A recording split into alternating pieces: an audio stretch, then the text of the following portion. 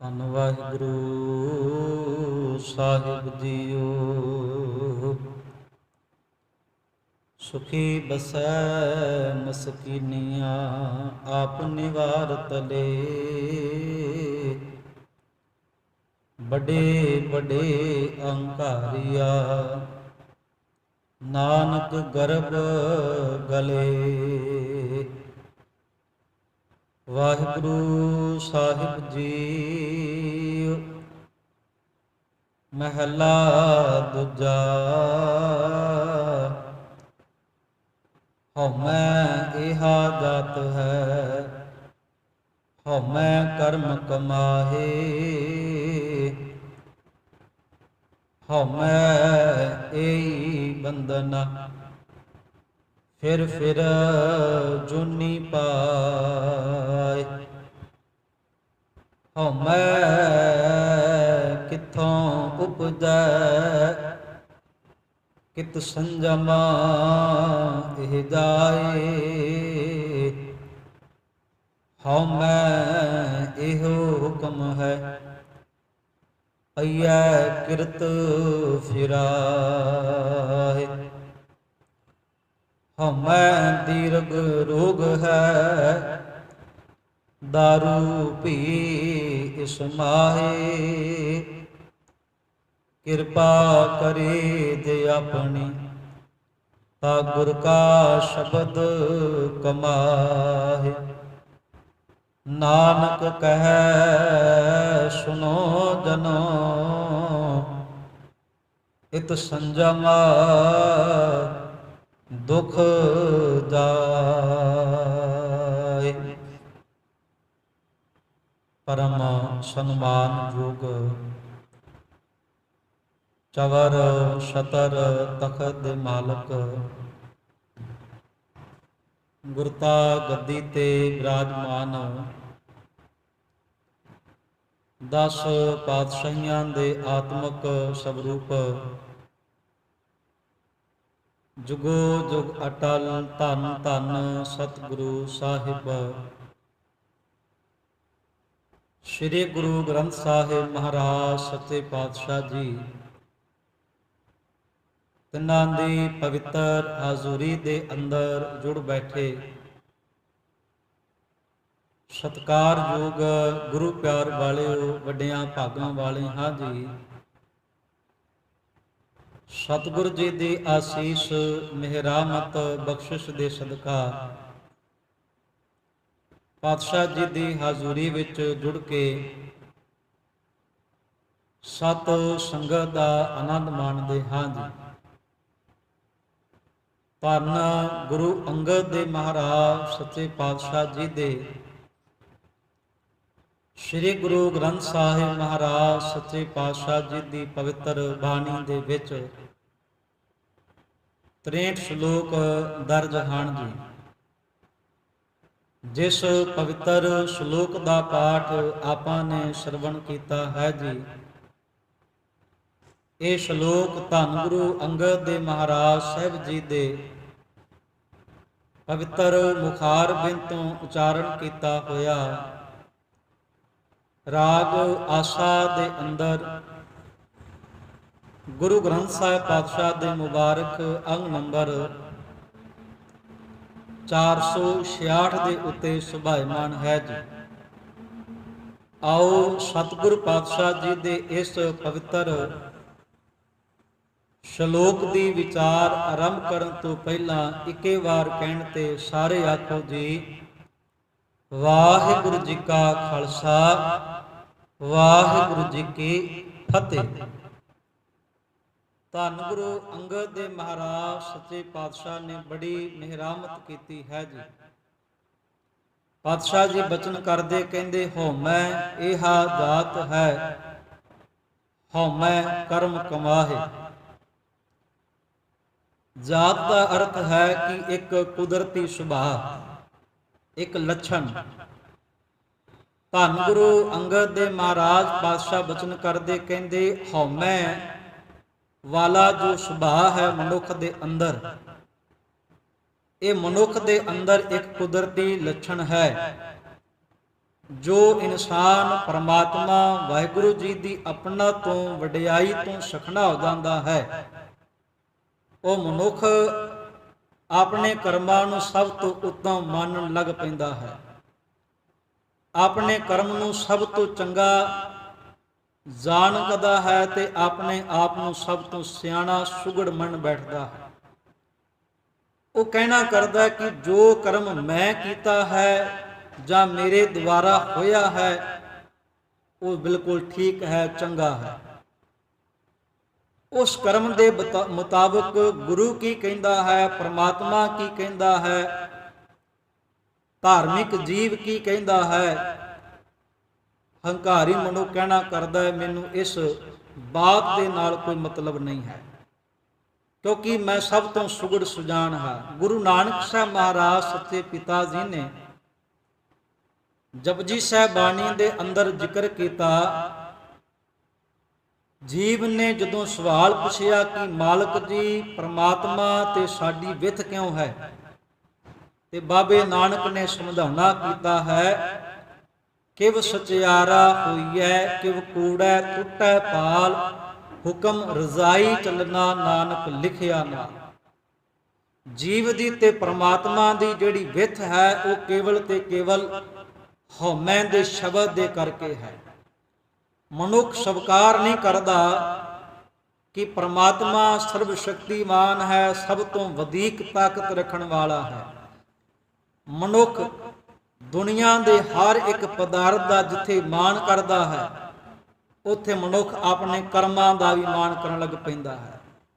ਸਤਿਗੁਰੂ ਧੰਨ ਗੁਰੂ ਗ੍ਰੰਥ ਸਾਹਿਬ ਪਾਤਸ਼ਾਹ ਦੀ ਬਾਣੀ ਦੇ ਅੰਦਰ ਆਪਾਂ ਜਦੋਂ ਧੰਨ ਗੁਰੂ ਰਾਮਦਾਸ ਸਾਹਿਬ ਸੱਚੇ ਪਾਤਸ਼ਾਹ ਜੀ ਦਾ ਪਾਵਨ ਪਵਿੱਤਰ ਸ਼ਬਦ ਪੜ੍ਹਦੇ ਹਾਂ ਤੇ ਧੰਨ ਗੁਰੂ ਰਾਮਦਾਸ ਸਾਹਿਬ ਮਹਾਰਾਜ ਸੱਚੇ ਪਾਤਸ਼ਾਹ ਨੇ ਰਾਗ ਗੌੜੀ ਪੂਰਬੀ ਦੇ ਸ਼ਬਦ ਦੇ ਅੰਦਰ ਸਬਚ ਕਰਕੇ ਜਾਣਨਾ ਸਾਨੂੰ ਬੜੇ ਸੋਹਣੇ ਤਰੀਕੇ ਨਾਲ ਸਮਝਾ ਦਿੱਤਾ ਕਿ ਬੰਦਾ ਪਰਮਾਤਮਾ ਨੂੰ ਭੁੱਲ ਕੇ ਆਪਣੇ ਅੰਦਰ ਇੱਕ ਹਉਮੈ ਦੇ ਕੰਡੇ ਨੂੰ ਜਨਮ ਦੇ ਦਿੰਦਾ ਹੈ।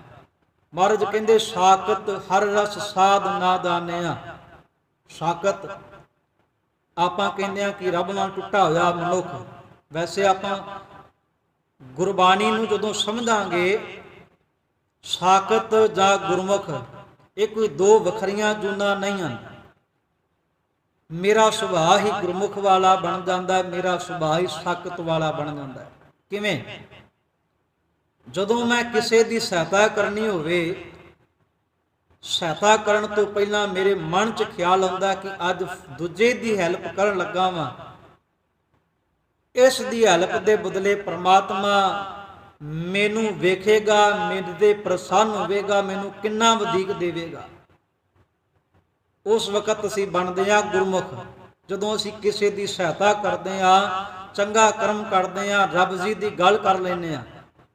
ਪਰ ਜਦੋਂ ਮੈਂ ਖੁਦ ਹੀ ਕਿਸੇ ਦਾ ਹੱਕ ਮਾਰਨ ਲੱਗਦਾ ਵਾਂ, ਬੁਰਾ ਬੋਲਣ ਲੱਗਣਾ ਵਾਂ, ਬੁਰਾ ਕਮਾਉਣ ਲੱਗਣਾ ਵਾਂ, ਮੇਰੇ ਮਨ 'ਚ ਖਿਆਲ ਆ ਜਾਂਦਾ ਕਿ ਰੱਬ ਕਿਹੜਾ ਸਦਾ ਮੇਰੇ ਨਾਲ ਹੈ, ਉਸ ਵਕਤ ਮੈਂ ਸਾਕਤ ਹਾਂ। ਕਹਿਣ ਤੋਂ ਭਾਵ ਸਾਡਾ ਇੱਕ ਸੁਭਾਅ ਹੈ, ਇੱਕ ਸੋਚ ਹੈ, ਉਹ ਸੋਚ ਹੀ ਸਾਕਤ ਹੈ ਤੇ ਉਹ ਸੋਚ ਹੀ ਗੁਰਮੁਖ ਦਾ ਲੱਛਣ ਹੈ। ਹੰਕਾਰੀ ਮਨੁੱਖ ਦੀ ਪਾਤਸ਼ਾਹ ਦੀ ਬਾਣੀ ਕਹਿੰਦੀ ਕਿ ਖੁਰਾਕ ਹੋਇਆ ਕਰਦੀ ਹੈ। ਕਮਾਲ ਦੀ ਗੱਲ ਵੇਖੋ, ਪਾਤਸ਼ਾਹ ਦੀ ਬਾਣੀ ਨੇ ਹਉਮੈ ਦੇ ਵਿੱਚ ਗਰਸੇ ਹੋਏ ਮਨੁੱਖ ਦੇ ਬਾਬਤ ਦੱਸਣਾ ਕੀਤਾ ਕਿ ਹੰਕਾਰੀ ਦੀ ਖੁਰਾਕ ਵੀ ਹੈ। ਕੀ ਖੁਰਾਕ ਹੈ ਸਾਧ ਸੰਗਤ ਜੀ? ਹੰਕਾਰੀ ਮਨੁੱਖ ਦੀ ਖੁਰਾਕ ਹੁੰਦੀ ਜੇ ਖੁਸ਼ਾਮਦ, ਵਡਿਆਈ। ਬਹੁਤ ਵੱਡਾ ਇਕੱਠ ਹੋਇਆ ਹੋਵੇ, ਹੰਕਾਰੀ ਨੇ 4 ਸਿੱਕੇ ਛਿਲੜਾਂ ਦਾਨ ਕੀਤੀਆਂ ਹੋਣ ਤੇ ਹੰਕਾਰੀ ਮਨੁੱਖ ਆਪਣੇ ਨਾਮ ਵਾਲੇ ਪਾਸੇ ਭੱਜਦਾ ਕਿ ਮੇਰਾ ਨਾਮ ਆਵੇ, ਮੇਰਾ ਨਾਮ ਬੁਲੇ। ਬਹੁਤ ਵੱਡੇ ਇਕੱਠ ਦੇ ਵਿੱਚ ਜੇ ਕਿਤੇ ਉਹਦਾ ਨਾਮ ਨਹੀਂ ਬੁਲਿਆ, ਉਹ ਝਗੜਾ ਪਾ ਦੇਵੇਗਾ, ਕਹੇਗਾ ਇਹ ਇਕੱਠ ਹੀ ਕਾਹਦਾ ਹੈ, ਕਿਉਂਕਿ ਇੱਥੇ ਤੇ ਦਾਨੀ ਲੋਕਾਂ ਦਾ ਨਾਮ ਨਹੀਂ ਦਿੱਤਾ ਜਾਂਦਾ ਪਿਆ। ਮੈਂ ਇੰਨਾ ਦਾਨ ਕੀਤਾ, ਮੈਂ ਇੰਨਾ ਵੱਡਾ ਪ੍ਰਬੰਧ ਕੀਤਾ ਸੀਗਾ। ਹੰਕਾਰੀ ਆਪਣੀ ਖੁਸ਼ਾਮਤ ਦਾ ਭੁੱਖਾ ਹੋਇਆ ਕਰਦਾ ਹੈ। ਜਿੱਥੇ ਅਹੰਕਾਰੀ ਦੀ ਖੁਸ਼ਾਮਤ ਨਹੀਂ ਹੈ, ਅਹੰਕਾਰੀ ਉਸ ਥਾਂ ਤੇ ਦਾਨ ਵੀ ਨਹੀਂ ਕਰਦਾ, ਉਸ ਥਾਂ ਤੇ ਜਾਇਆ ਵੀ ਨਹੀਂ ਕਰਦਾ, ਉਸ ਥਾਂ ਦੇ ਲੋਕਾਂ ਦੇ ਪਰਥਾਏ ਆਪਣੀ ਜ਼ੁਬਾਨ ਤੋਂ ਅਪਸ਼ਬਦ ਹੀ ਬੋਲਿਆ ਕਰਦਾ ਹੈ। ਸੱਚੇ ਪਾਤਸ਼ਾਹ ਦੀ ਬਾਣੀ ਸਮਝਾਉਣਾ ਕਰਦੀ ਮਹਾਰਾਜ ਕਹਿੰਦੇ, ਸਾਕਤ ਹਰ ਰਸ ਸਾਧ ਨਾ ਜਾਣਿਆ, ਤਿਨ ਅੰਤਰ ਹਉਮੈ ਕੰਡਾ ਹੈ। ਹਉਮੈ ਦਾ ਕੰਡਾ ਮਨੁੱਖ ਦੇ ਅੰਦਰ ਹੈ, ਜਿਉਂ ਜਿਉਂ ਚੱਲੈ ਚੁਬੈ ਦੁਖ ਪਾਵੈ, ਜਮਕਾਲ ਸਹਿ ਸਿਰ ਡੰਡਾ ਹੈ। ਹੰਕਾਰੀ ਜਿਵੇਂ ਜਿਵੇਂ ਤੁਰਦਾ ਹੈ, ਪੁਰਾਣੇ ਸਮੇਂ 'ਚ ਆਪ ਜੀ ਵੇਖਦੇ ਹੋ ਲੋਕਾਂ ਦੇ ਪੈਰਾਂ 'ਚ ਕੰਡੇ ਵੱਜ ਜਾਂਦੇ ਸੀ, ਕੰਡਾ ਵੱਜਦਾ ਬੰਦੇ ਦਾ ਤੁਰਨਾ ਮੁਸ਼ਕਲ ਹੋ ਜਾਂਦਾ ਸੀਗਾ।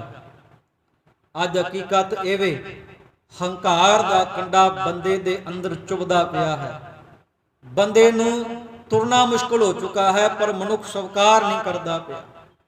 ਆਪਾਂ ਜਦੋਂ ਸਿੱਖ ਇਤਿਹਾਸ ਦੀ ਵਿਚਾਰ ਨੂੰ ਲਈਏ, ਸੱਚੇ ਪਾਤਸ਼ਾਹ ਨੇ ਸਾਡੇ ਜੀਵਨ ਦੇ ਵਿੱਚੋਂ ਹਉਮੈ ਨੂੰ ਦੂਰ ਕੀਤਾ।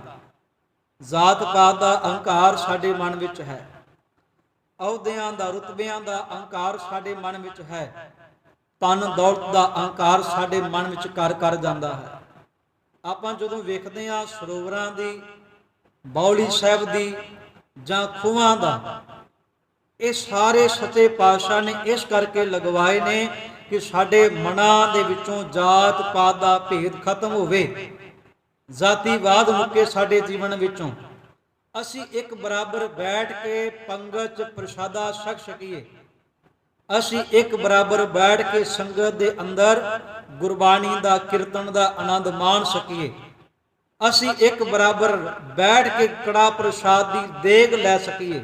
ਸਾਧ ਸੰਗਤ ਜੀ, ਸਚਾਈ ਜੇ ਖਿਮਾ ਕਰ ਦਿਆ ਜੇ ਇੰਨਾ ਕੁਛ ਕਰਨ ਦੇ ਬਾਵਜੂਦ ਵੀ ਸਾਡੇ ਮਨ ਦੇ ਅੰਦਰ ਅਹੰਕਾਰ ਦਾ ਜਨਮ ਹੁੰਦਾ ਹੈ, ਤੇ ਸਚਾਈ ਤੇ ਜੇ ਸਾਨੂੰ ਪਰਮਾਤਮਾ ਦਾ ਦਰਸ਼ਨ ਦੀਦਾਰ ਨਹੀਂ ਹੋ ਸਕਦਾ। ਕਦੀ ਚਾਹ ਕੇ ਵੀ ਅਸੀਂ ਰੱਬ ਦੇ ਨਜ਼ਦੀਕ ਨਹੀਂ ਜਾ ਸਕਦੇ ਜੇ ਜੀਵਨ ਦੇ ਅੰਦਰ ਹਉਮੈ ਦਾ ਸ਼ਬਦ ਚੱਲਦਾ ਪਿਆ। ਬਾਬਾ ਰਵਿਦਾਸ ਨੂੰ ਪੁੱਛ ਕੇ ਵੇਖਣਾ ਕਦੀ, ਬਾਬਾ ਰਵਿਦਾਸ ਜੀ ਨੇ ਰਾਗ ਸੋਠ ਦੇ ਹੁਕਮਨਾਮੇ ਵਿੱਚ ਜ਼ਿਕਰ ਕੀਤਾ, ਕਹਿੰਦੇ ਪ੍ਰਮਾਤਮਾ ਮੈਂ ਜਦੋਂ ਹਉਮੈ 'ਚ ਗਰਸਿਆ ਸੀ ਨਾ, ਤੂੰ ਲਾਗੇ ਵੀ ਸਾਂ ਮੇਰੇ, ਪਰ ਮੈਨੂੰ ਸਮਝ ਨਹੀਂ ਸੀ ਤੇਰੀ। ਮੈਂ ਲੋਕਾਂ ਨੂੰ ਕਹਿੰਦਾ ਸੀ ਰੱਬ ਤੇ ਹੈ ਹੀ ਨਹੀਂ ਜੇ, ਸਾਰਾ ਕੁਝ ਕਰਨਹਾਰ ਬੰਦਾ ਹੀ ਹੈ, ਸਾਰੀਆਂ ਤਾਕਤਾਂ ਦਾ ਮਾਲਕ ਮਨੁੱਖ ਆਪ ਹੀ ਹੈ, ਪਰ ਪ੍ਰਮਾਤਮਾ ਤੇਰਾ ਸ਼ੁਕਰਾਨਾ, ਜਦੋਂ ਤੂੰ ਸੋਝੀ ਦਿੱਤੀ ਤੇ ਮੈਨੂੰ ਪਤਾ ਲੱਗਾ ਕਿ ਸਭ ਥਾਵਾਂ ਤੇ ਤੂੰ ਵਸਦਾ ਪਿਆ। ਬਾਬਾ ਰਵਿਦਾਸ ਦਾ ਹੁਕਮਨਾਮਾ ਕਹਿੰਦੇ, ਜਬ ਹਮ ਹੋਤੇ ਤਬ ਤੂੰ ਨਾਹੀ, ਅਬ ਤੂੰ ਹੀ ਮੈਂ ਨਾਹੀ, ਅਨਲ ਅਗਮ ਜੈਸੇ ਲਹਿਰ ਮੈਂ ਉਦਦ ਜਲ ਕੇਵਲ ਜਲ ਮਾਹੀ। ਬਾਬਾ ਰਵਿਦਾਸ ਕਹਿੰਦੇ ਭੁਲੇਖੇ ਦੂਰ ਹੋ ਗਏ ਜੀਵਨ ਦੇ, ਸਮਝ ਲੱਗੀ ਕਿ ਇੱਕ ਸਮੁੰਦਰ ਦਾ ਪਾਣੀ, ਨਦੀ ਦਾ ਪਾਣੀ ਹਲਚਲ ਦੇ ਕਾਰਨ ਥੋੜਾ ਜਿਹਾ ਉਤਾਂ ਹੋਇਆ, ਹਲਚਲ ਖਤਮ ਹੁੰਦੀ ਤੇ ਪਾਣੀ ਇੱਕ ਮਿਕ ਹੋ ਜਾਂਦਾ, ਉਹਦਾ ਆਕਾਰ ਹੀ ਕੋਈ ਨਹੀਂ ਬਚਦਾ। ਇਸੇ ਤਰ੍ਹਾਂ ਬਾਬਾ ਰਵਿਦਾਸ ਕਹਿੰਦੇ ਜਦੋਂ ਹਉਮੈ ਦੀ ਹਲਚਲ ਜੀਵਨ 'ਚ ਚੱਲਦੀ ਪਈ ਸੀ ਨਾ, ਮੈਂ ਸੋਚਦਾ ਸਾਂ ਕਿ ਰਵਿਦਾਸ ਹੀ ਰੱਬ ਹੈ, ਰਵਿਦਾਸ ਹੀ ਸਭ ਕੁਛ ਹੈ, ਰਵਿਦਾਸ ਹੀ ਤਾਕਤਾਂ ਦਾ ਮਾਲਕ ਹੈ। ਪਰ ਅੱਜ ਪਤਾ ਲੱਗਾ ਕਿ ਪਰਮਾਤਮਾ ਸਾਰਿਆਂ ਤੋਂ ਵੱਡਾ ਸ਼ਕਤੀਸ਼ਾਲੀ ਤੂੰ ਆਪ ਹੈ।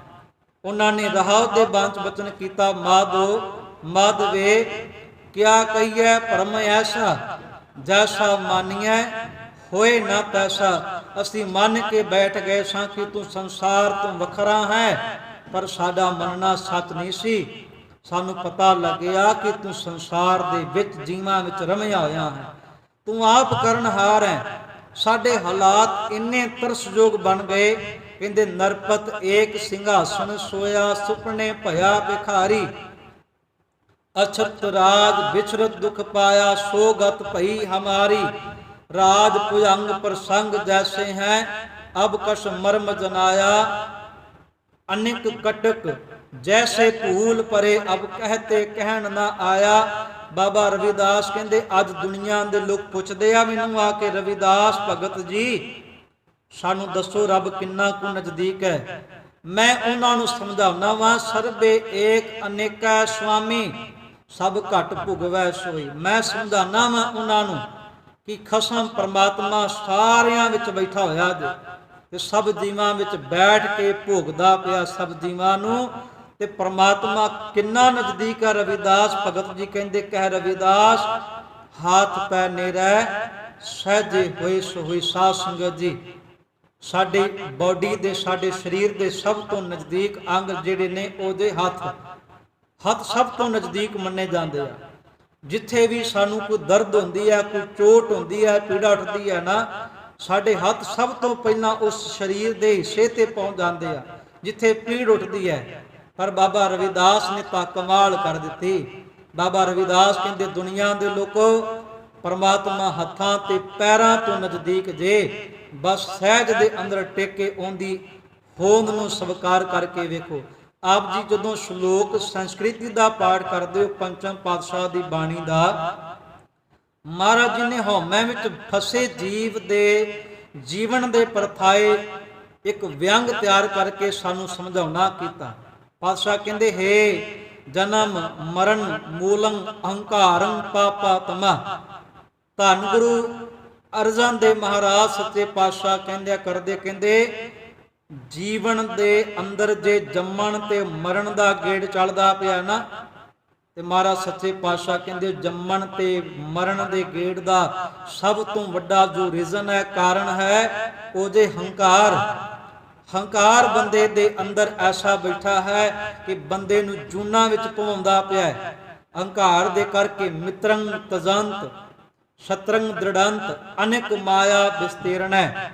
ਧੰਨ ਗੁਰੂ ਅਰਜਨ ਦੇਵ ਮਹਾਰਾਜ ਸੱਚੇ ਪਾਤਸ਼ਾਹ ਕਹਿੰਦੇ, ਜਦੋਂ ਬੰਦੇ ਦੇ ਸੁਰਤ ਉਤੇ ਹਉਮੈ ਦਾ ਬੋਲ ਬਾਲਾ ਚੱਲਦਾ ਹੋਵੇ ਨਾ, ਬੰਦਾ ਆਪਣੇ ਮਿੱਤਰਾਂ ਦੀ ਪਛਾਣ ਭੁੱਲ ਜਾਂਦਾ ਹੈ। ਬੰਦਾ ਆਪਣੇ ਸ਼ਤਰੂਆਂ ਨੂੰ ਮਿੱਤਰ ਬਣਾ ਲੈਂਦਾ ਹੈ ਤੇ ਮਿੱਤਰਾਂ ਨੂੰ ਸ਼ਤਰੂ ਜਾਣ ਕੇ ਬੈਠ ਜਾਂਦਾ ਹੈ। ਤੇ ਮਹਾਰਾਜ ਸੱਚੇ ਪਾਤਸ਼ਾਹ ਕਹਿੰਦੇ ਇਸ ਤਰੀਕੇ ਦੇ ਨਾਲ ਹੁੰਦਾ ਕਿ ਕਹਿੰਦੇ ਆਵੰਤ ਜਾਵੰਤ ਥਕੰਤ ਜੀਆਂ ਦੁੱਖ ਸੁੱਖ ਬੋ ਭੋਗਣਾ। ਕਹਿੰਦੇ ਹੰਕਾਰ ਤੇਰੇ ਵਸ ਦੇ ਅੰਦਰ ਜਿਹੜਾ ਵੀ ਜੀ ਪੈ ਜਾਂਦਾ ਹੈ ਨਾ, ਤੂੰ ਇੰਨਾ ਤਾਕਤਵਰ ਹੈ, ਇੰਨਾ ਬਲੀ ਹੈ, ਤੇਰੇ ਵਸ ਵਿੱਚ ਪਿਆ ਹੋਇਆ ਜੀਵ ਜੰਮਣ ਤੇ ਮਰਨ ਦੇ ਗੇੜ ਵਿੱਚ ਪਿਆ ਹੋਇਆ ਥੱਕ ਜਾਇਆ ਕਰਦਾ ਹੈ। ਭਰਮ ਭਿਆਨ ਉਦਿਆਨ ਰਮਣੰ ਮਹਾ ਵਿਕਟ ਅਸਾਧ ਰੋਗਣੈ। ਧੰਨ ਗੁਰੂ ਅਰਜਨ ਦੇਵ ਪਾਤਸ਼ਾਹ ਕਹਿੰਦੇ ਭੜਕਣਾ ਵਿੱਚ ਪੈ ਕੇ ਮਾਨੋ ਡਰਾਉਣੇ ਜੰਗਲ ਦੇ ਵਿੱਚ ਜੀਵ ਲੰਘਦਾ ਪਿਆ ਹੈ। ਬੜੇ ਭਿਆਨਕ ਲਾ ਇਲਾਜ ਰੋਗ ਦਾ ਸ਼ਿਕਾਰ ਹੋ ਚੁੱਕਾ ਮਨੁੱਖ ਤਾਂ ਫਿਰ ਤੇ ਮਹਾਰਾਜ ਅੱਗੇ ਕਹਿਣਾ ਕਰਦੇ, ਕਹਿੰਦੇ ਹਉਮੈ ਜਾਂਦੀ ਕਿਵੇਂ ਦੂਰ। ਪਾਤਸ਼ਾਹ ਕਹਿੰਦੇ ਵੈਦੰ ਪਾਰ ਬ੍ਰਹਮ ਪਰਮੇਸ਼ਰੰ ਅਰਾਧ ਨਾਨਕ ਹਰ ਹਰ ਹਰੇ। हे ਨਾਨਕ, ਉਹ ਵੈਦ ਸਭ ਤੋਂ ਵੱਡਾ ਪਰਮਾਤਮਾ ਹੀ, ਸਭ ਤੋਂ ਵੱਡਾ ਪਰਮੇਸ਼ਰ ਹੀ ਇੱਕ ਵੈਦ ਐਸਾ ਹੈ ਜਿਹੜਾ ਸਾਡੇ ਜੀਵਨ ਦੇ ਵਿੱਚੋਂ ਹਉਮੈ ਦੇ ਰੋਗ ਨੂੰ ਦੂਰ ਕਰ ਸਕਦਾ ਹੈ। ਪਰ ਹਉਮੈ ਦਾ ਰੋਗ ਤਾਂ ਦੂਰ ਹੁੰਦਾ ਹੈ ਨਾਨਕ, ਜੇ ਤੂੰ ਆਪਣੀ ਰਸਨਾ ਤੋਂ ਸੁਰਤ ਕਰਕੇ ਹਰੀ ਨੂੰ ਚੇਤੇ ਕਰੇ ਕਿ ਸਾਰੀਆਂ ਤਾਕਤਾਂ ਦਾ ਮਾਲਕ ਹਰੀ ਹੈ। ਆਪ ਜੀ ਇਤਿਹਾਸ ਦਾ ਪੱਖ ਲਈਏ, ਧੰਨ ਧੰਨ ਸਾਹਿਬ ਸ੍ਰੀ ਗੁਰੂ ਨਾਨਕ ਦੇਵ ਮਹਾਰਾਜ ਸੱਚੇ ਪਾਤਸ਼ਾਹ ਜੀ ਜਗਤ ਨੂੰ ਤਾਰਦੇ ਪਏ ਨੇ। ਧੰਨ ਗੁਰੂ ਨਾਨਕ ਦੇਵ ਮਹਾਰਾਜ ਸੱਚੇ ਪਾਤਸ਼ਾਹ ਨੇਤਰ ਬੰਦ ਕਰਕੇ ਬੈਠੇ ਆ। ਭਾਈ ਸਾਹਿਬ ਭਾਈ ਮਰਦਾਨਾ ਰਬਾਬ ਦੀ ਸੇਵਾ ਕਰਦਾ ਪਿਆ। ਬਾਬੇ ਨਾਨਕ ਦੇ ਸਾਹਮਣੇ ਇੱਕ ਮਨੁੱਖ ਆ ਖਲੋਤਾ ਹੈ। ਇਸ ਮਨੁੱਖ ਨੇ ਆਪਣੇ ਤਨ ਦੇ ਉੱਤੇ ਬਹੁਤ ਬੇਸ਼ੁਮਾਰ ਕੀਮਤੀ ਕੱਪੜੇ ਪਹਿਨੇ ਆ। ਨੌਕਰ ਚਾਕਰ ਇਸ ਦੇ ਨਾਲ ਆ। ਨੌਕਰ ਚਾਕਰਾਂ ਦੇ ਹੱਥਾਂ ਵਿੱਚ ਥਾਲ ਨੇ। ਉਹਨਾਂ ਥਾਲਾਂ ਦੇ ਅੰਦਰ ਕੀਮਤੀ ਰਤਨ ਪਦਾਰਥ ਪਏ ਨੇ, ਜਿਨ੍ਹਾਂ ਨੂੰ ਮੁੜ ਰੇਸ਼ਮ ਦੇ ਸੋਹਣੇ ਮਹਿੰਗੇ ਕੱਪੜਿਆਂ ਦੇ ਨਾਲ ਢਕਿਆ ਗਿਆ ਹੋਇਆ ਹੈ। ਜਦੋਂ ਬਾਬੇ ਨਾਨਕ ਨੇ ਨੇਤਰ ਖੋਲੇ ਨਾ, ਤੇ ਪਾਤਸ਼ਾਹ ਨੇਤਰ ਖੋਲ ਕੇ ਬਚਨ ਕਰਦੇ ਆ, ਕਹਿਣਾ ਕਰਦੇ ਆ ਅਹੰਕਾਰੀ ਜੀਵ ਕਿੱਧਰ ਆਉਣਾ ਹੋਇਆ। ਮਨੁੱਖ ਸੋਚਦਾ ਹੈ ਕਿ ਸ਼ਾਇਦ ਮੇਰੇ ਪਰਥਾਏ ਨਹੀਂ, ਸ਼ਾਇਦ ਇਸ ਬਾਬੇ ਨੇ ਕਿਸੇ ਹੋਰ ਪਰਥਾਏ ਬਚਨ ਬੋਲਿਆ।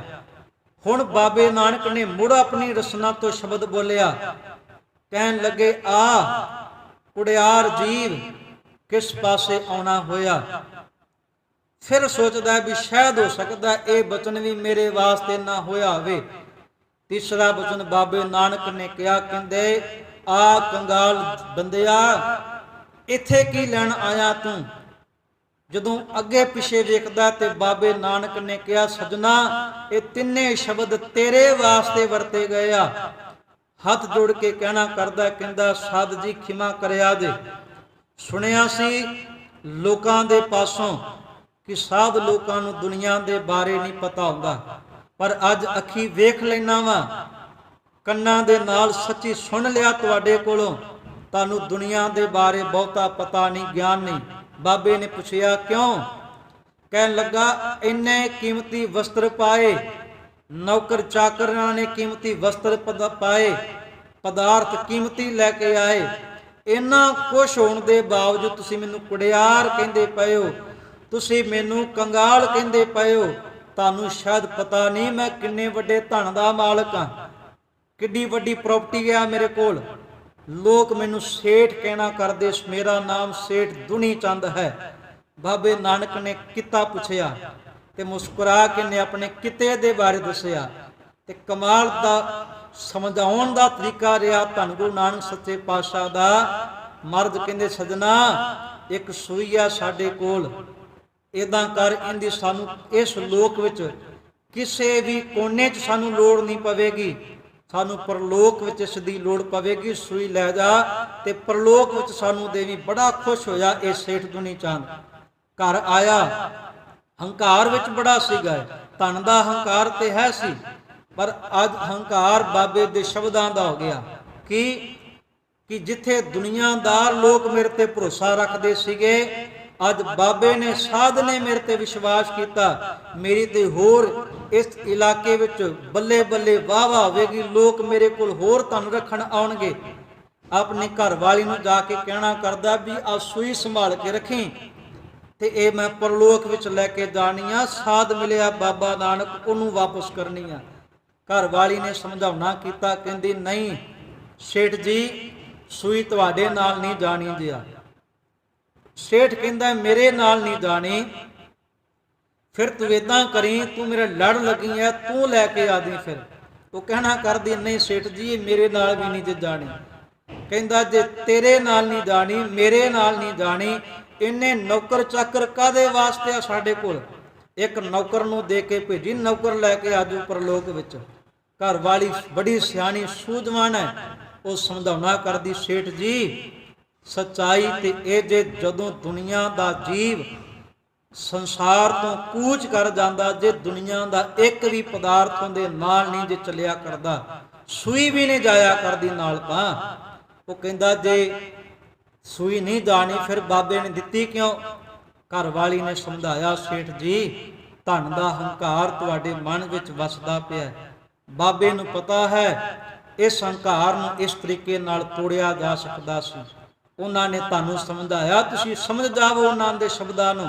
ਸੇਠ ਦੁਨੀ ਚੰਦ ਭੱਜਾ ਆਇਆ, ਵਾਪਸ ਸੂਈ ਲਿਆ ਕੇ ਬਾਬੇ ਨਾਨਕ ਦੇ ਚਰਨਾਂ ਵਿੱਚ ਰੱਖਦਾ ਹੈ ਤੇ ਬਚਨ ਕਰਦਾ ਹੈ, ਬਾਬਾ ਅੱਜ ਮੈਨੂੰ ਮੇਰੇ ਬਾਰੇ ਪਤਾ ਲੱਗ ਗਿਆ ਕਿ ਮੈਂ ਹੈ ਕੰਗਾਲ ਹਾਂ, ਸੱਚੀ ਮੈਂ ਕੁੜਿਆਰ ਹਾਂ, ਸੱਚੀ ਮੈਂ ਬਿਲਕੁਲ ਹੀ ਕੰਗਾਲ ਹੋਇਆ ਬੈਠਾ ਵਾਂ, ਮੇਰੇ ਕੋਲ ਤੇ ਕੱਖ ਹੈ ਵੀ ਨਹੀਂ ਹੈ। ਹਾਂ ਦੁਨੀਆ ਦੇ ਪਦਾਰਥਾਂ ਤੇ ਹੈ ਨੇ, ਪਰ ਮੈਂ ਨਾਮ ਦਾ ਧਨ ਤੇ ਬਾਬਾ ਜੋੜਿਆ ਹੀ ਨਹੀਂ ਹੈ, ਸੱਚਾ ਧਨ ਤੇ ਜੋੜਿਆ ਹੀ ਨਹੀਂ ਹੈ, ਜਿਸ ਕਰਕੇ ਮੈਨੂੰ ਪਤ ਪ੍ਰਾਪਤ ਹੋਣੀ ਹੈ, ਇੱਜ਼ਤ ਮਿਲਣੀ ਹੈ, ਉਹ ਧਨ ਤੋਂ ਵਿਸਲਾ ਰਹਿ ਗਿਆ।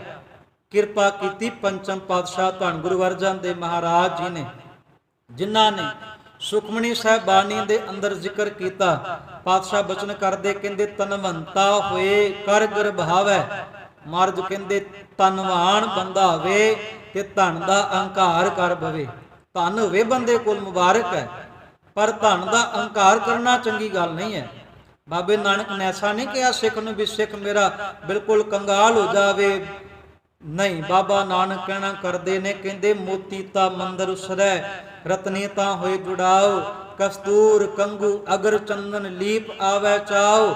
ਪਰ ਪੋਜੀਸ਼ਨ ਹੈ ਸਿੱਖ ਦੀ ਕਿ ਮਤ ਦੇਖ ਭੁੱਲਾਂ ਵਿਸਰੈ, ਤੇਰਾ ਚਿੱਤ ਨਾ ਆਵੈ ਨਾਉ। ਹੀਰਿਆਂ ਦੇ ਘਰਾਂ ਵਿੱਚ ਰਹਿੰਦਾ ਹੋਵੇ ਸਿੱਖ ਬਾਬੇ ਨਾਨਕ ਦਾ, ਪਰ ਹੀਰਿਆਂ ਦੇ ਘਰ ਵਿੱਚ ਰਹਿ ਕੇ ਪਰਮਾਤਮਾ ਦੀ ਯਾਦ ਨੂੰ ਕਦੀ ਨਾ ਭੁੱਲੇ। ਜਿਹੜਾ ਭੁੱਲਦਾ ਹੈ, ਪਾਤਸ਼ਾਹ ਕਹਿੰਦੇ ਤਨਵੰਤਾ ਹੋਏ ਕਰ ਗਰਭਾਵੈ, ਤ੍ਰਿਣ ਸਮਾਨ ਕਾ ਸੰਗ ਨਾ ਜਾਵੈ। ਤੀਲੇ ਦੇ ਜਿੰਨਾ ਘਾਹ ਦਾ ਇੱਕ ਤੀਲਾ ਹੋਇਆ ਕਰਦਾ ਹੈ, ਉਸ ਦੇ ਬਰਾਬਰ ਬੰਦੇ ਦੇ ਨਾਲ ਕੋਈ ਪਦਾਰਥ ਨਹੀਂ ਜਾਇਆ ਕਰਦਾ। ਤ੍ਰਿਣ ਸਮਾਨ ਕਾ ਸੰਗ ਨਾ ਜਾਵੇ। ਮਹਾਰਾਜ ਸੱਚੇ ਪਾਤਸ਼ਾਹ ਕਹਿੰਦੇ ਬਹੁ ਲਸ਼ਕਰ ਮਾਨੁਖ ਉਪਰ ਕਰੇ ਆਸ। ਮਨੁੱਖ ਬੜੇ ਲਸ਼ਕਰਾਂ ਤੇ, ਬੜੇ ਪਰਿਵਾਰਾਂ ਤੇ, ਕੁਟੁੰਬ ਤੇ, ਸੱਜਣ ਮਿੱਤਰਾਂ ਤੇ, ਰਿਸ਼ਤੇ ਨਾਤਿਆਂ ਤੇ ਮਾਣ ਕਰ ਬਵੇ ਤੇ ਕੀ ਹੈ ਫਿਰ? ਪਲ ਭੀਤਰ ਤਾਂ ਕਾ ਹੋਏ ਵਿਨਾਸ਼। ਉਹ ਦੇ ਕੋਲ ਏਡੀ ਵੱਡੀ ਤਾਕਤ ਹੈ ਜਿਨ੍ਹਾਂ ਤੇ ਬੰਦੇ ਨੂੰ ਮਾਣ ਹੁੰਦਾ ਨਾ। ਪਾਤਸ਼ਾਹ ਦੀ ਬਾਣੀ ਕਹਿੰਦੀ ਪਲ ਦੇ ਵਿੱਚ, ਭੀਤਰ ਦੇ ਵਿੱਚ ਉਹਨਾਂ ਦਾ ਨਾਸ਼ ਕਰ ਦਿੰਦੇ ਨੇ। ਸਭ ਤੇ ਆਪ ਜਾਣੈ ਬਲਵੰਤ। ਬੰਦਾ ਕਵੇ ਮੈਂ ਬੜਾ ਤਾਕਤਵਰ ਹਾਂ, ਮੇਰਾ ਬੜਾ ਸਰੀਰ ਚੌੜਾ ਲੰਮਾ, ਮੈਂ ਬੜੀ ਤਾਕਤ ਰੱਖਣ ਵਾਲਾ ਵਾਂ। ਮਹਾਰਾਜ ਸੱਚੇ ਪਾਤਸ਼ਾਹ ਕਹਿੰਦੇ ਐਸੇ ਲੋਕਾਂ ਨੂੰ ਸੰਸਾਰ ਦੇ ਵਿੱਚ ਖਿਨਮੈ ਹੋਏ ਜਾਏ ਪਸਮੰਤ। ਐਸੇ ਲੋਕਾਂ ਨੂੰ ਪਲ ਦੇ ਵਿੱਚ ਸਵਾਹ ਹੁੰਦਾ ਅੱਖਾਂ ਦੇ ਨਾਲ ਤੱਕਿਆ ਹੈ। ਕਿਸੇ ਨਾ ਬਦੈ ਆਪ ਹੰਕਾਰੀ। ਬਦਾ ਦਾ ਅਰਥ ਹੋਇਆ ਕਰਦਾ ਹੈ ਬਦਦਾ ਹੈ ਭਾਵ ਕੀ ਪ੍ਰਵਾਹ ਕਰਨਾ। ਕਹਿੰਦੇ ਜੋ ਬੰਦਾ ਆਪ ਇਤਨਾ ਹੰਕਾਰੀ ਹੋ ਜਾਵੇ ਕਿ ਧਰਮ ਦੇ, ਦੁਨੀਆ ਦੇ ਜੀਵਾਂ ਦੀ ਪਰਵਾਹ ਨਾ ਕਰੇ, ਸੱਚ ਦੀ ਪਰਵਾਹ ਨਾ ਕਰੇ। ਮਹਾਰਾਜ ਸੱਚੇ ਪਾਤਸ਼ਾਹ ਕਹਿੰਦੇ ਧਰਮ ਰਾਏ ਤਿਸ ਕਰੇ ਖੁਆਰੀ। ਧਰਮਰਾਜ ਉਸ ਨੂੰ ਆਪਣੀ ਦਰਗਾਹ ਵਿੱਚ ਕੇਵਲ ਤੇ ਕੇਵਲ ਖੁਆਰ ਹੀ ਕਰਿਆ ਕਰਦਾ ਜੀ। ਗੁਰ ਪ੍ਰਸਾਦ ਜਾਂ ਕਾ ਮਿਟੈ ਅਭਿਮਾਨ, ਸੋ ਜਨ ਨਾਨਕ ਦਰਗਾਹ ਪ੍ਰਵਾਨ। ਹੈ ਨਾਨਕ ਜਿਨ੍ਹਾਂ ਤੇ ਗੁਰੂ ਦੀ ਕਿਰਪਾ ਦੇ ਸਦਕਾ ਅਹੰਕਾਰ ਮੁੱਕ ਜਾਂਦਾ ਨਾ, ਤੇ ਪਾਤਸ਼ਾਹ ਕਹਿੰਦੇ ਹੈ ਨਾਨਕ ਉਹ ਜੀਵ ਹੀ ਮਾਲਕ ਦੀ ਦਰਗਾਹ ਦੇ ਅੰਦਰ ਪ੍ਰਵਾਨ ਹੋ ਜਾਂਦੇ ਨੇ। ਸੱਚੇ ਪਾਤਸ਼ਾਹ ਦੀ ਪਵਿੱਤਰ ਬਾਣੀ ਦੇ ਅੰਦਰ ਸਾਨੂੰ ਜਿੱਥੇ ਅਹੰਕਾਰ ਦਾ ਜ਼ਿਕਰ ਕਰਕੇ ਸਮਝਾਇਆ ਗਿਆ ਕਿ ਮਨੁੱਖ ਵਸਤੂਆਂ ਦਾ, ਅਹੁਦਿਆਂ ਦਾ ਮਾਣ ਕਰਦਾ ਹੈ। ਕਈ ਵਾਰ ਐਸਾ ਵੀ ਹੁੰਦਾ ਹੈ ਕਿ ਮਨੁੱਖ ਦੇ ਪਾਸ ਹੁੰਦਾ ਕੱਖ ਵੀ ਨਹੀਂ ਹੈ, ਪਰ ਮਨੁੱਖ ਫਿਰ ਵੀ ਹਉਮੈ ਵਿੱਚ ਫਸਿਆ ਰਹਿੰਦਾ ਹੈ। ਪੱਲੇ ਕੱਖ ਵੀ ਨਹੀਂ ਹੈ ਪਰ ਹਉਮੈ ਦਾ ਸ਼ਿਕਾਰ ਫਿਰ ਵੀ ਹੁੰਦਾ ਹੈ। ਜ਼ਰੂਰੀ ਨਹੀਂ ਕਿ ਧਨਵਾਨ ਬੰਦਾ ਹੀ ਹਉਮੈ ਦਾ ਸ਼ਿਕਾਰ ਹੋਇਆ ਹੋਵੇ। ਪਾਤਸ਼ਾਹ ਦੀ ਬਾਣੀ ਕਹਿੰਦੀ ਮਨੁੱਖ ਜਿੰਦੇ ਕੋਲ ਕੱਖ ਹੈ ਵੀ ਨਹੀਂ ਹੈ, ਪਦਾਰਥ ਨਾ ਹੋਣ ਦੇ ਬਾਵਜੂਦ ਵੀ ਹੰਕਾਰੀ ਹੈ, ਉਹ ਅਸਲ ਵਿੱਚ ਕਿਹੋ ਜਿਹੇ ਜੀਵ ਨੇ? ਪਾਤਸ਼ਾਹ ਕਹਿੰਦੇ ਨਾਨਕ ਸੇ ਨਰ ਅਸਲ ਖਰ ਜੇ ਬਿਨ ਗੁਣ ਗਰਭ ਕਰੰਤ। ਮਹਾਰਾਜ ਕਹਿਣਾ ਕਰਦੇ ਜਿਨ੍ਹਾਂ ਦੇ ਕੋਲ ਕੋਈ ਗੁਣ ਨਹੀਂ ਹੈ ਤੇ ਗੁਣ ਨਾ ਹੋਣ ਦੇ ਬਾਵਜੂਦ ਹੰਕਾਰੀ ਹੋ ਜਾਂਦੇ ਆ, ਅਸਲ ਦੇ ਅੰਦਰ ਉਹ ਸਭ ਤੋਂ ਵੱਡੇ ਖੋਤੇ ਹੋਇਆ ਕਰਦੇ ਆ। ਖਾਰ ਕਹਿੰਦੇ ਨੇ ਖੋਤੇ ਨੂੰ, ਗਧੇ ਨੂੰ। ਧੰਨ ਗੁਰੂ ਗ੍ਰੰਥ ਸਾਹਿਬ ਪਾਤਸ਼ਾਹ ਦੀ ਬਾਣੀ ਚ ਸਮਝਾਇਆ ਗਿਆ ਤੇ ਮਹਾਰਾਜ ਸੱਚੇ ਪਾਤਸ਼ਾਹ ਦੀ ਬਾਣੀ ਦੇ ਅੰਦਰ ਸਮਝਾਇਆ ਜਾਂਦਾ ਹੈ ਹੰਕਾਰੀ ਮਨੁੱਖ ਸਦਾ ਵਾਸਤੇ ਆਪਣੇ ਤੋਂ ਨੀਵਿਆਂ ਤੇ ਅਤਿਆਚਾਰ ਕਰਦਾ ਹੈ। ਆਪਣੇ ਆਪ ਨੂੰ ਵੱਡਾ, ਅੱਜ ਦੇ ਸਚਾਈ ਦੇ, ਅੱਜ ਦੇ ਸਮੇਂ ਦੇ ਹਾਲਾਤ ਦੇ, ਇੱਕ ਨਿਮਰਤਾ ਰੱਖਣ ਵਾਲਾ ਬੰਦਾ ਜਿਹਨੂੰ ਆਪਾਂ ਆਮ ਜਿਹਾ ਸਧਾਰਨ ਗਰੀਬ ਜਿਹਾ ਕਹਿ ਦਿੰਦੇ ਆ, ਉਹ ਕਿਸੇ ਅਹੁਦੇਦਾਰ ਨੂੰ ਸਤਿ ਸ਼੍ਰੀ ਅਕਾਲ ਬੁਲਾ ਦੇਵੇ, ਫਤਿਹ ਬੁਲਾ ਦੇਵੇ ਜਾਂ ਉਹਦੀ ਆਓ ਭਗਤ ਕਰ ਦੇਵੇ ਨਾ, ਤੇ ਅਹੁਦੇਦਾਰ ਬੰਦੇ ਦੇ ਮਨ 'ਚ ਖਿਆਲ ਆਉਂਦਾ ਹੈ ਕਿ ਇਹ ਤੇ ਗਰੀਬ ਹੈ, ਮੈਂ ਅਮੀਰ ਬਹੁਤ ਹਾਂ, ਸ਼ਾਇਦ ਇਹਨੂੰ ਮੇਰੀ ਕਿਸੇ ਸਹਾਇਤਾ ਦੀ ਲੋੜ ਹੋਵੇ ਕਦੀ, ਇਸ ਕਰਕੇ ਮੇਰੇ ਅੱਗੇ ਨਿਵਦਾ ਪਿਆ, ਮੈਨੂੰ ਫਤਿਹ ਬੁਲਾਉਂਦਾ, ਸਤਿ ਸ਼੍ਰੀ ਅਕਾਲ ਕਰਦਾ, ਮੇਰੀ ਆਓ ਭਗਤ ਕਰਦਾ ਪਿਆ। ਪਰ ਹਕੀਕਤ ਜੇ ਸੰਸਾਰ ਵਿੱਚ ਨਿਮਰਤਾ ਤੋਂ ਵੱਡਾ ਕੋਈ ਗੁਣ ਨਹੀਂ ਜੀ। ਬਾਬਾ ਫਰੀਦ ਦਾ ਇੱਕ ਸ਼ਲੋਕ ਲਈਏ ਆਪਾਂ, ਅੱਗੇ ਸ਼ਬਦ ਦੀ ਵਿਚਾਰ ਕਰੀਏ। ਬਾਬਾ ਫਰੀਦ ਕਹਿੰਦੇ ਫਰੀਦਾ ਖਾਕ ਨਾ ਨਿੰਦੀਐ ਖਾਕੂ ਜੇੜ ਨਾ ਕੋਏ, ਜੀਵੰਦਿਆਂ ਪੈਰਾਂ ਤਲੇ ਮੋਇਆਂ ਉੱਪਰ ਹੋਏ। ਸਿੱਧੇ ਅਰਥ ਇਹਦੇ ਆਪ ਜੀ ਸ਼ਰਵਣ ਕਰ ਦਿਓ ਕਿ ਬੰਦੇ ਨੂੰ ਕਦੀ ਮਿੱਟੀ ਨੂੰ ਮਾੜਾ ਨਹੀਂ ਕਹਿਣਾ ਚਾਹੀਦਾ, ਕਿਉਂਕਿ ਮਿੱਟੀ ਜਿਉਂਦਿਆਂ ਬੰਦੇ ਦੇ ਪੈਰਾਂ ਥੱਲੇ ਹੁੰਦੀ ਹੈ ਤੇ ਜਦੋਂ ਬੰਦਾ ਮਰ ਜਾਂਦਾ ਮਿੱਟੀ ਆਪਣੀ ਬੁੱਕਲ 'ਚ ਬੰਦੇ ਨੂੰ ਲੈ ਲੈਂਦੀ ਹੈ। ਸਿੱਧੇ ਅਰਥ ਬਿਲਕੁਲ ਇਹੀ ਨੇ, ਪਰ ਜਦੋਂ ਆਪਾਂ ਇਸ ਸ਼ਬਦ ਦਾ ਭਾਵ-ਅਰਥ ਕੱਢੀਏ ਤੇ ਬੜੇ ਕਮਾਲ ਦੇ ਭਾਵ-ਅਰਥ ਦੇ ਸ਼ਬਦ ਨਿਕਲਦੇ ਆ। ਬਾਬਾ ਫਰੀਦ ਕਹਿੰਦੇ ਫਰੀਦਾ ਖਾਕ ਨਾ ਨਿੰਦੀਐ, ਖਾਕ ਦਾ ਅਰਥ ਕਰੀਏ ਨਿਮਰਤਾ।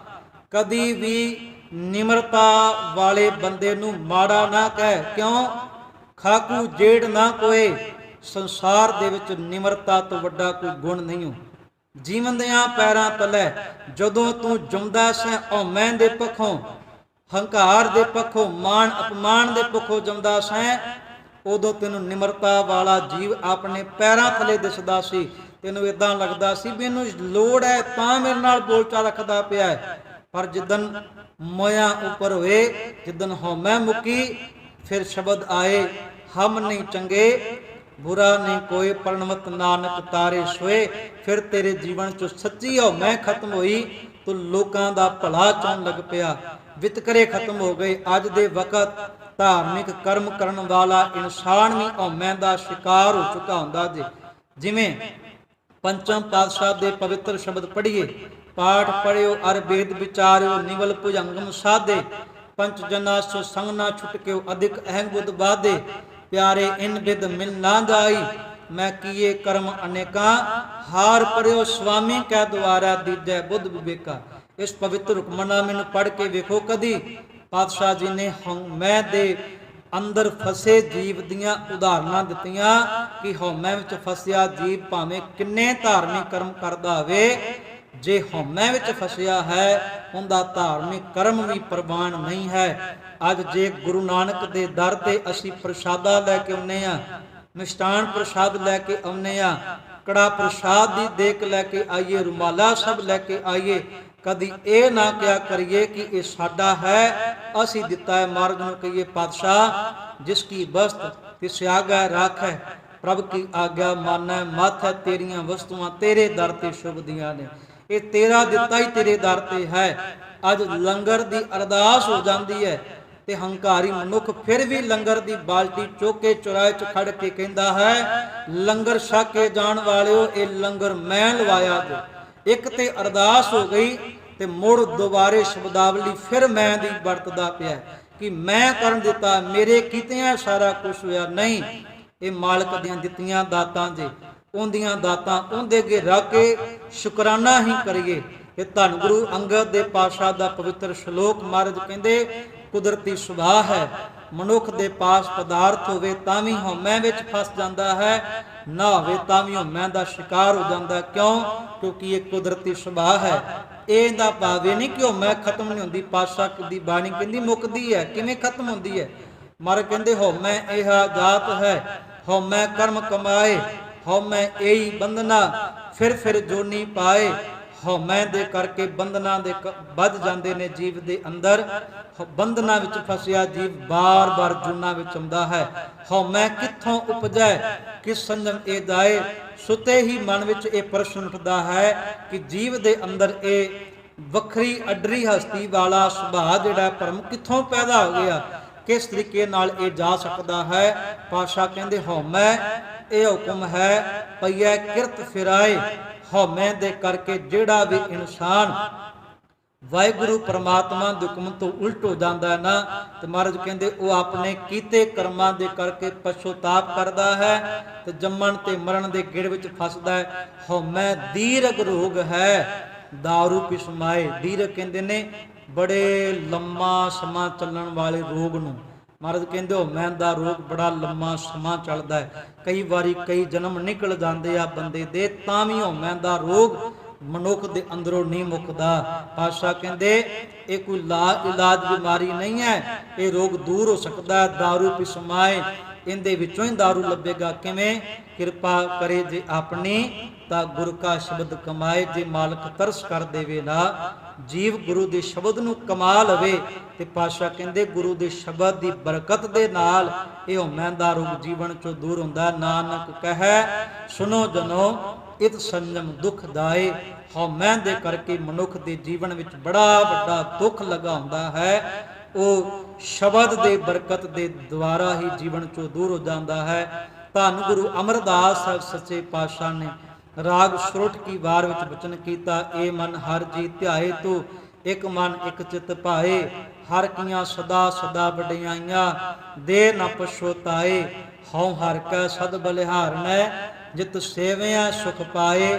ਨਾਨਕ ਗੁਰਮੁਖ ਮਿਲ ਰਹੈ, ਹਉਮੈ ਸ਼ਬਦ ਜਲਾਏ। ਗੁਰੂ ਦੇ ਸ਼ਬਦ ਦੇ ਲੜ ਲੱਗੀਏ। ਸ਼ਬਦ ਦੀ ਬਰਕਤ ਦੇ ਦੁਆਰਾ ਸਾਡੇ ਜੀਵਨ ਦੇ ਵਿੱਚੋਂ ਹਉਮੈ ਦਾ ਰੋਗ ਦੂਰ ਹੋ ਸਕਦਾ ਹੈ।